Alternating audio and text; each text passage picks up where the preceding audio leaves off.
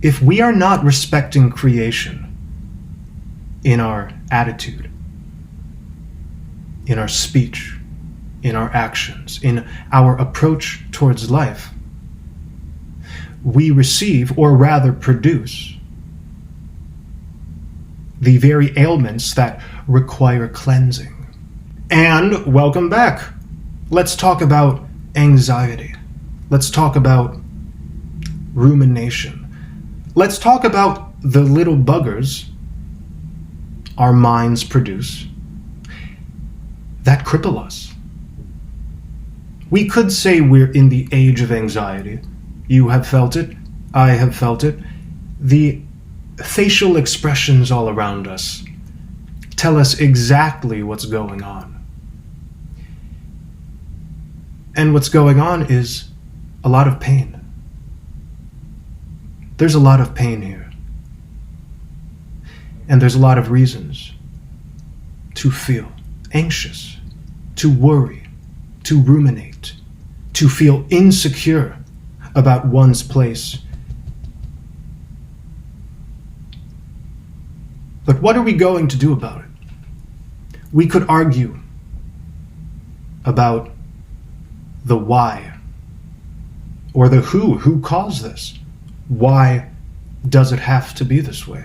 And we could give our input, but I think a better conversation to have with ourselves is, how can a remedy be formulated? There's this problem. It's called life. It's a mystery, and it's a gift, and it's a very long, drawn-out, ever-changing song and dance. But here we are in the midst of it. Now, personally, I see up, down, left, right, everywhere a lack of true confrontation.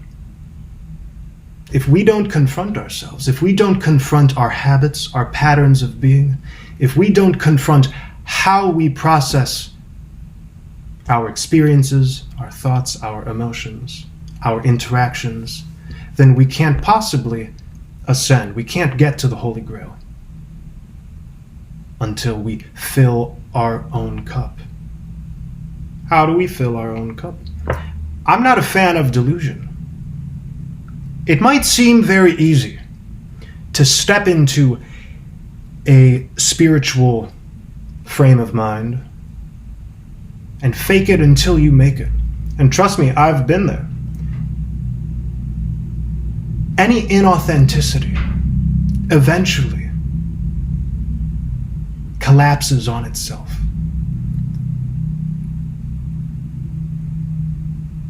And this is a great thing, because whenever we're going down a path that is not leading to a fuller cup,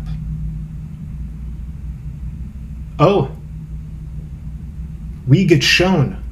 There's a lot of maybes. I don't really care, though.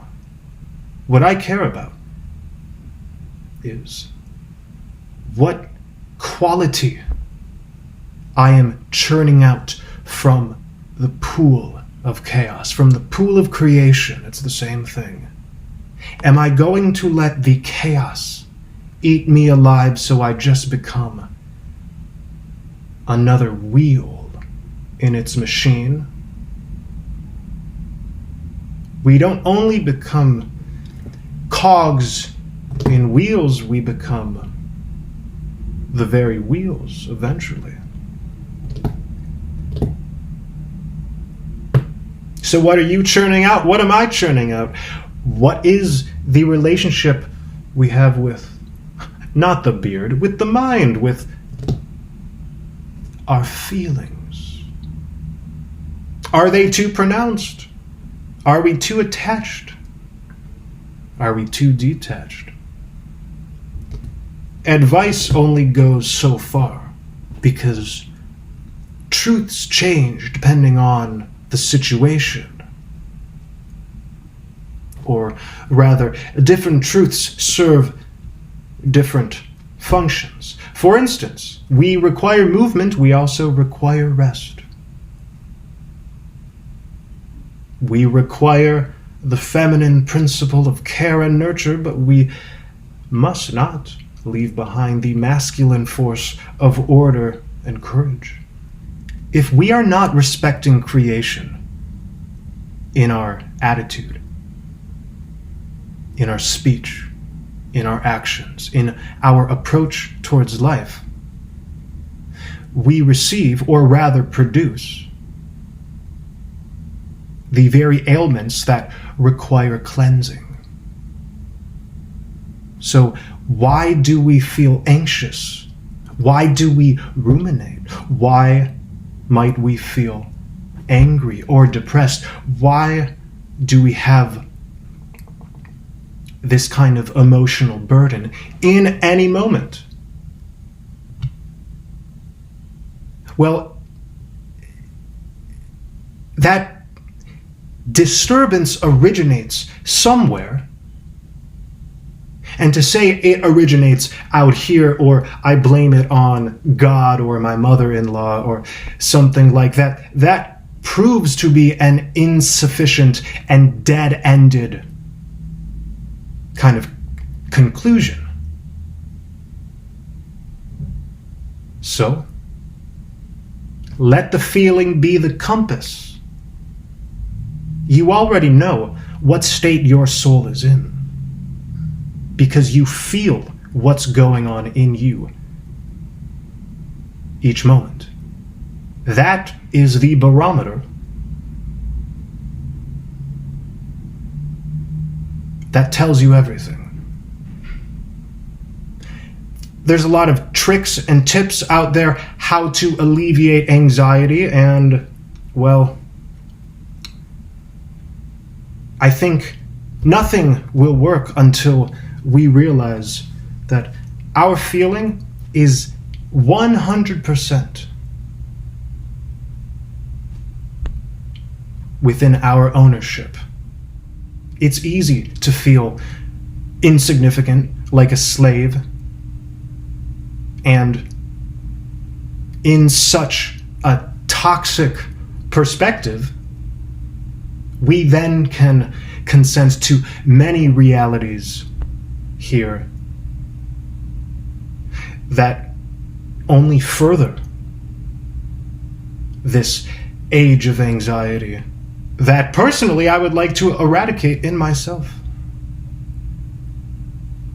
I can't handle the world, baby. I no longer really consider myself a truth seeker, because at the end of the day, the real battle is not out here.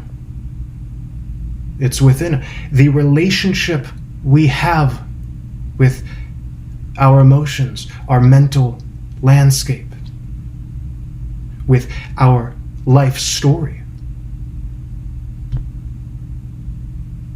That's of prime significance. And if more humans paid more attention and paid more respect to this gift we call life, then we wouldn't be in an age of anxiety. We would be in an age of gift giving and song singing, dance brigades and parades. I don't know, just fun times could be had. But here we are in a kind of hellish place, hellish culture. Oh well. Are you going to become like the many drones you have sworn not to be? Remember when you were younger, and maybe you feel this way now, I certainly do. Remember when you were younger and you looked at the old folks who were just so set in their ways and so void of curiosity and magic. And remember swearing to yourself that you would never end up like them? Well, I just turned age 30, and I'm realizing how easy it is actually to slip into that state. But if and only if we disrespect creation. So, let us try to come up with a very warm, not anxious, a very delicious, comforting relationship with life. How are we going to do that? That's the great work. That's the great mystery. That's the great question. Let us keep the ideal in the distance, like the sun ever setting, calling us to run towards it. Will perfection ever be reached? Can perfection ever be reached? I don't think that's a reasonable question. Are you going in the direction of the ideal? I think that's a better question. If so, who cares about perfection? We have ailments. We have a limited experience. There's a set time period we're here for. And obviously, we are very much the painters of our own realities.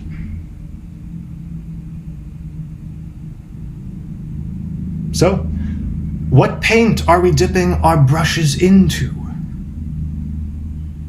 Are they vibrant? If not, how can we get there? I'm just asking questions. Keep up the great work.